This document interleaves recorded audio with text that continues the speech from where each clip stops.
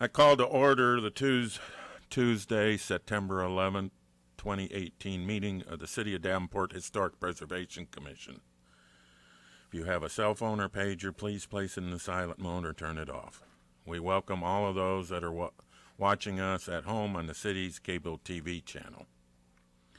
The Commission has before it the consideration of the July 16th, 2018 meeting and the August 16th, 2018 special meeting. Are there any changes, deletions, or additions?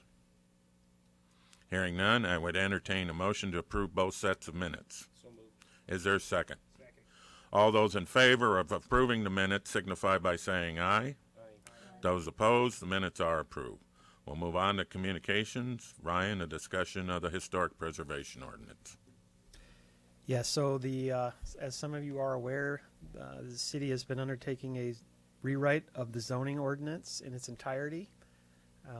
And one portion of the zoning ordinance is historic preservation. Commission and what your roles are, we've been advised by our consultant that that's better placed in a different part of the city code.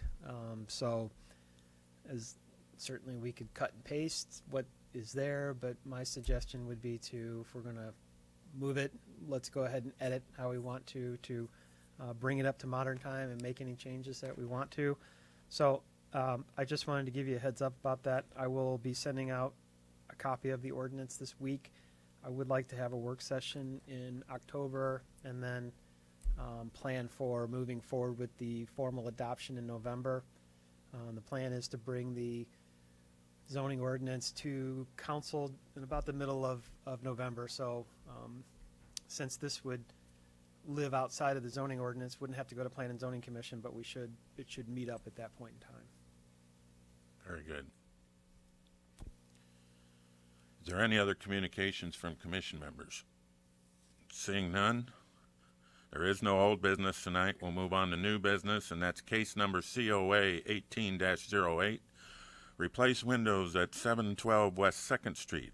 The Germanity Miller Standard Hotel is a local historic landmark. Kelly Lau, on behalf of the German American Heritage Center, is the petitioner. Staff report.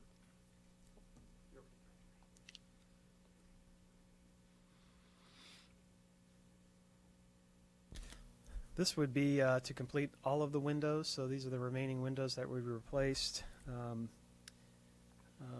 So this would complete the project. So this is a Marvin window that's clad in metal on the outside. So this is a window that's been previously approved by the commission, and these are the same windows that would be replaced and would finish the project. But Kelly's here to explain more if you need.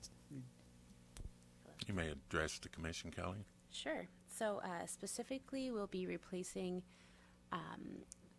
14 windows on the south facade on the second and third floors. The fourth floor of that same facade has already been completed. We'll additionally be replacing in the west alley side of the building the second and third floors as well. That includes 4 windows on the third floor west elevation and 7 windows on the second floor west elevation. And that would completely replace every single window in the building as part of a project that started in 2015. Thank you. Are there any questions from commission members? Seeing none, I would entertain a motion to approve case number COA 18-08 as presented. So moved. Is there a second? Second. Any discussion on the motion? Roll call. Cordis? Yes. Keel? Yes. Wanio? Yes. McGivern? Yes. Rankin? Yes. Free. Yes. Thank you. Very much. Good Thank luck. Item number 2 is case number COA 18-09, and that's tear off an old accessory building roof and install a new roof and fascian board at 624 Western Avenue. The Ernst and Constance Bornholt Clausen House is located in the local historic Hamburg district. Sean Hicks with A+ Roofing is the petitioner. Staff report. The contractor had a conflict appearing here. I figured it was a pretty straightforward request, so I offered to kind of talk through the project.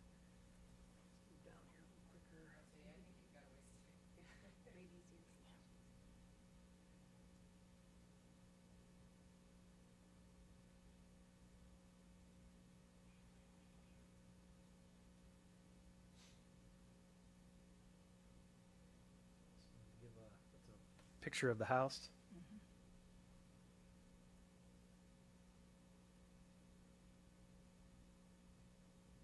And here's a picture of the garage. You may recall that they constructed a newer garage, which would be to the north of the residence.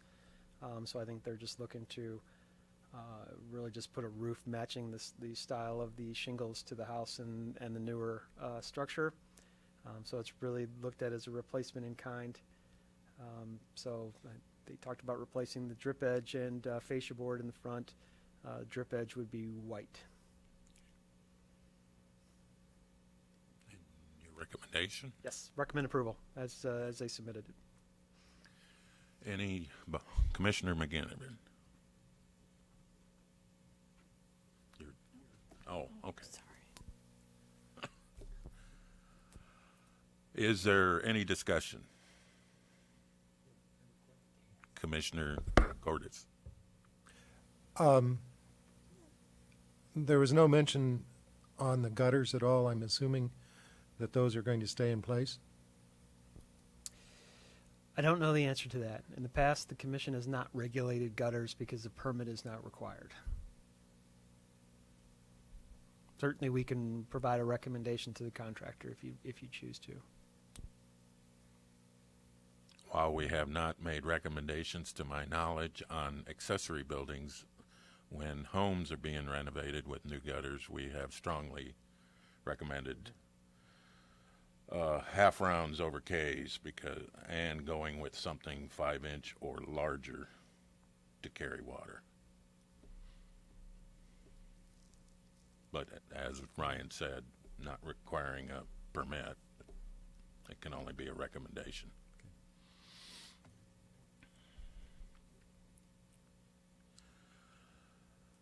Seeing no other discussion, I would entertain a motion to approve case number COA 18-09 as presented. Motion to approve. Is there a second? Second.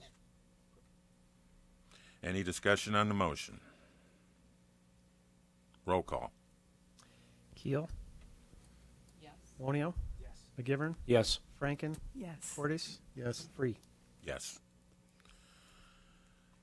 Item number 3 is case number COA 18-10, and it's to reframe a door opening and replace a carriage house door at 624 West 6th Street.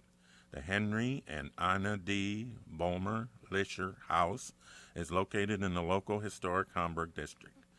Jack Haberman is the petitioner. Staff report. I had a few questions about framing out the existing structure, so I figured this might be an opportune time to talk about it. Because it's actually what's happening appears to be the framing out the existing opening and centering the door. So I just wanted to better understand the purpose for that. Jack? Yeah, I realized I sent that. I didn't put any dimensions on anything. That was dumb. Anyway, it looks like, and there was an inside picture I showed, that originally it had doors that would swing out and it would cover the whole width of that side of the carriage house. And I showed that in the picture where you can see that somebody had studded out a wall. And when they did it, it's offset. And also the doors that are in there are overhead doors, and they're masonite, and they're coming apart. So they need to be replaced. The other thing is I'm getting a new car. My new car doesn't fit in the garage. The garage is actually, the building is 17 foot, inside is 15 foot. And I need 15 and a half foot.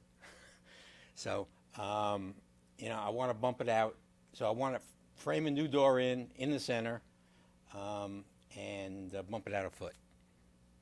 So that's basically what I try to show in a little sketch.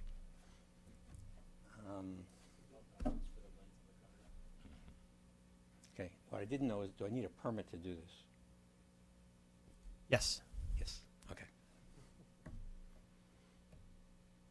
Any questions? With that explanation, do you have a recommendation? Yeah, obviously it's not be original, but I think it's something that could be reversible. So I think the style of the door is obviously much more fitting than what was existing. And plus, Jack's record being in front of the commission and doing so many projects kind of... Yes. usable in the future, which is the whole key. So, yeah. Is there a discussion from a commission member? Commissioner Corders?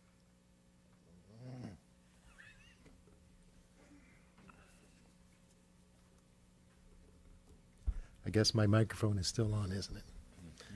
Sorry about that.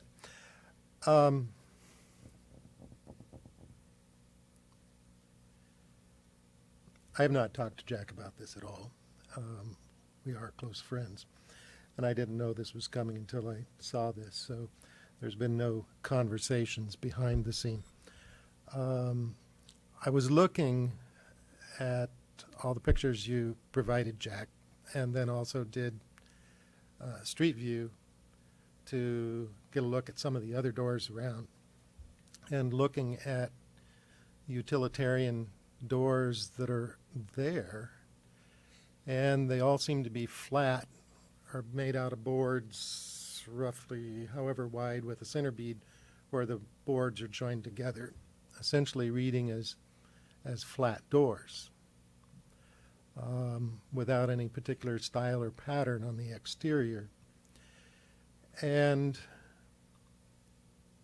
I know crossbuck doors are kind of all the rage right now to kind of look like an old-timey door. And I've spent some time trying to go back and see when did this start. And what I find is that the TV show Mr. Ed was responsible for a lot of, of the popularity or misperceptions that all barns and buildings or sheds had crossbuck doors. Typically, historic barns had crossbuck, but the crossbuck was on the inside, and the smooth was on the outside. With the exceptions of two different periods of styles, and one was the a stick style, which the buildings, they tended to put structural things on the outside to appear as if it's part of the structure of the house, when really it was just a decorative element, but they were trying to create a design that looked like it was structure. And then again in the arts and crafts movement after 1905, essentially, that there was a popularity or a tendency within that movement to make things look rustic. I don't think, particularly based on the other doors that are the basement door and the door that goes into the upstairs of this, they're non-decorated doors. And when I consider what the guidelines really talk about, there's strong recommendations not to use conjecture as the method of designing or deciding what design or decorative elements that might be missing should go on the house. So other than the fact that the existing door is decaying, I think, for example, if a state reviewer was looking at this, which they're not going to, but if they were, they would probably say the smooth door that was there was probably a really good choice. But, and also, barn doors at this time probably didn't have windows. Or what, I did some research on this on the fire maps, on the building, and it was never indicated that it was a stable, which was always a hazardous kind of thing because of all the straw and hay and everything. Now, they may have stored a carriage in the bottom. As long as there were no horses there, it would not show up on the maps as being a stable. But in that kind of a structure, it's very unlikely that the door would have had windows in it. Windows in garage doors happened in the 20th century with the advent of automobiles and the necessity of getting lots of light in to be able to see what you're doing when you're working on or cleaning a car. So I guess where I've just put myself is in the spot of recommending or talking about what you should do instead of what you've applied to do. In my opinion. So, that being said, do you the door that you've proposed, is that going to be painted? Yes. Okay.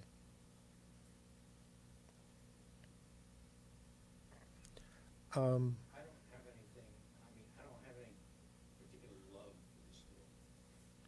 So, I mean, I'm willing to, you know, I don't mind changing it to something plainer if you think that would be more appropriate.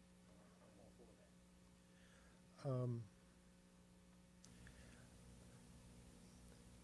The thing right now, as you drive down the alley, everything is quiet, and this is a case where you're going to make an alteration that is not desirable, but of necessity, and justifiable necessity. The building's got to be able to be used. And I think you want it to remain as quiet as it possibly can be and not draw attention to itself.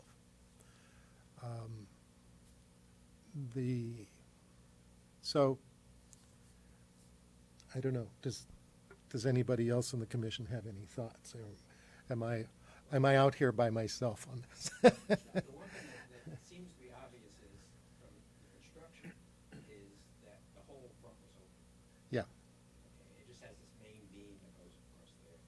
There's no signs of anything else there. So it must have had at least 4 doors on it, probably.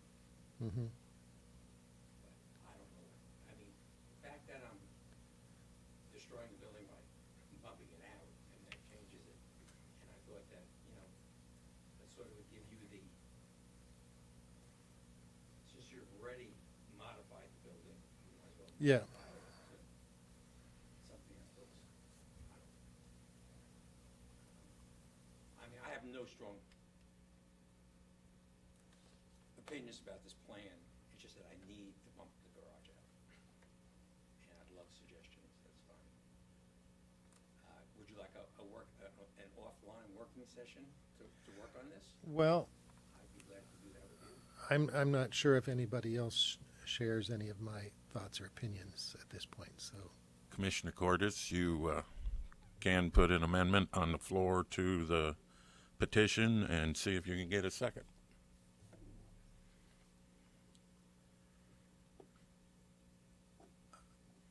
okay, I'm trying to think how to state it.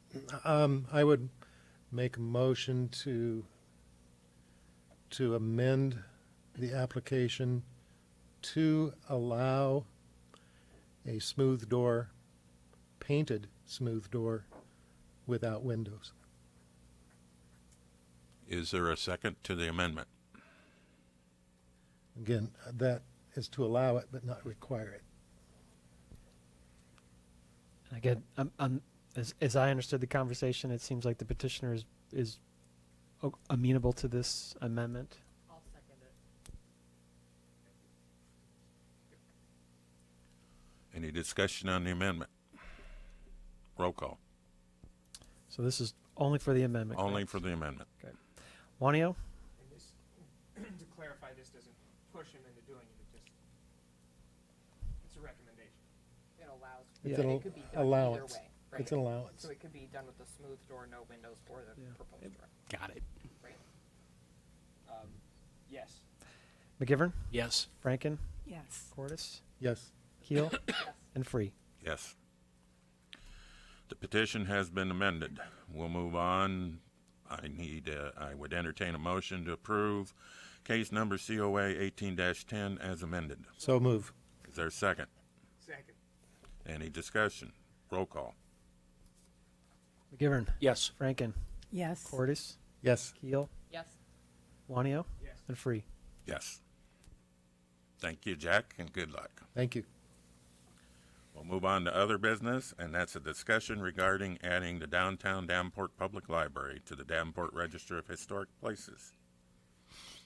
Amy Grosskopf, Director of the Davenport Public Library, is here to talk to us about this. Yeah, Amy and I have been talking for the past month or two about the downtown Davenport Public Library, and a lot of discussion about mid-century moderns now entering the National Register. I believe Amy was talking to somebody about a grant, and so we've been talking about grants to list the Davenport Public Library on the National Register, and it's my understanding that the person she spoke with for the state indicated that with it being a local historic landmark, that would help in the process of getting it listed on the National Register of Historic Places. Just thought this might be a good opportunity to introduce the concept. I thought that the commission would be supportive of this. The city has a pretty good history of having city-owned buildings and parks that are listed as local historic landmarks when they are history, and I think that elevates the review process in the future to protect that building. And so when there are work that needs to be done on the building in the future, I think this ensures your review and staff's review to ensure that that the repairs are in accordance with Secretary of Interior standards and city code. So I was excited about it. I don't know, Amy, do you have anything to add? I would say that our board is certainly supportive of that and took formal action and wanted to support our application for the. So I think what we talked about is possibly coming back in October for a local landmark designation or beginning that process, which will ultimately go to City Council for review and approval. I will say that within the last month, I've spoken to Kyle Carter with the Downtown Partnership on their project. They have a new consultant for their work downtown, and he did say that the public library was a part of the National Register process with what they're working, and they were getting close to a draft. So, would you like a motion from the commission asking you to begin the nomination process? Well, I'm always cautious about doing these things because we didn't have anything. Well, I guess we do have it listed on the agenda, only discussion. But perhaps if there was a motion to support the endeavor, that gives me enough to work with Amy to bring something back in October. I would entertain a motion supporting the addition of the downtown Davenport Public Library to the Davenport Register of Historic Places, so the nomination process can begin. Motion to approve. Is there a second? Any discussion? Roll call. McGivern. No. Franken. Yes. Cordis. Keel. Wanio. Yes. And Free. Yes. We have no other business. We'll move on to public forum. Is there anyone that would like to address the commission tonight? Hello again. Hey, I'd like to welcome everybody to our 2018 Gold Coast Hamburg home tour. No home left behind. And I hope everybody will get a chance to come out that weekend. It's September 22nd and 23rd. And we got 5 great houses, and we're pretty proud of it. So can I pass these out to you? Jack, I heard a rumor that the Lambright Isles Peterson house was on the list. Yes, it is. Unfortunately, they wanted to have it all done by now, and that's not going to happen. But every room will be open, and I think you people will be amazed what they were able to accomplish. I also heard a rumor that they're still looking for volunteers for the home tour, so if you would like to participate that way, you can contact Marion McGinnis. Was what I heard. Yep. Thank you, Jack. Is there anyone else that would like to address the commission? Seeing none, I would entertain a motion to adjourn. So moved. Is there a second? All those in favor of adjournment signify by saying aye. Those opposed, the commission is adjourned.